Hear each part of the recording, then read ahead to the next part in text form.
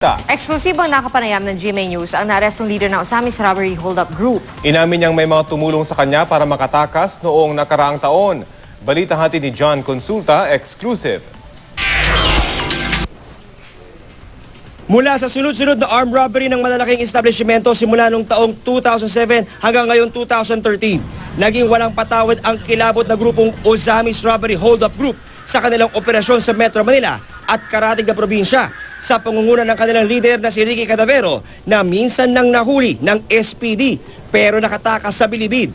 Matapos ang maraming buwan ng operasyon nitong weekend, nalambat ng Calabarzon PNP sa ilalim ni Chief Superintendent Benito Estipona at ng PRO-4A Arsog sa pangunguna ni na Superintendent Danny Mendoza, ang leader ng Osamis Group na si Ricky Cadavero alias Kambal at si Wilfredo Nongalinga alias Kulot sa Dasmariñas, Cavite. Si Kulot daw ang nakapatay sa Amerikanong si Robert Edward Armstrong sa isang convenience store sa Manila noong September 2012.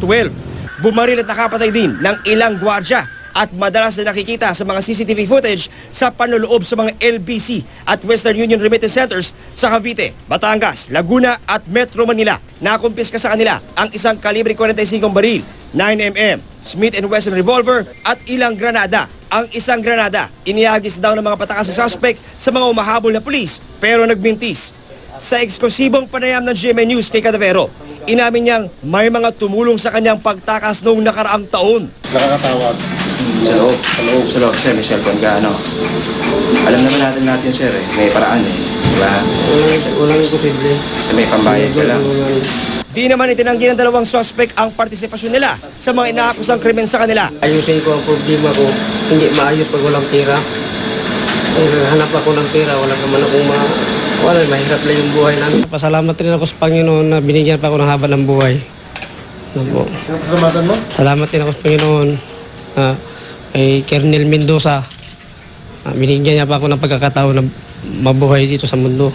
Yung business na nakunan ko sa LBC, ako talaga yun. Bakit mo siya nagagawa ba talaga yan? Sa hirap ng buhay. Isa sa mga nabawi mula kay Cadavero alias Kambal ng mahuli ng Arsog ay itong kanyang dalang anting-anting. Ito'y pangontra daw sa tama ng bala at para daw siya makaiwas sa huli. Pero tila hindi ito tumalab matapos mahulog siya sa kamay ng mga otoridad.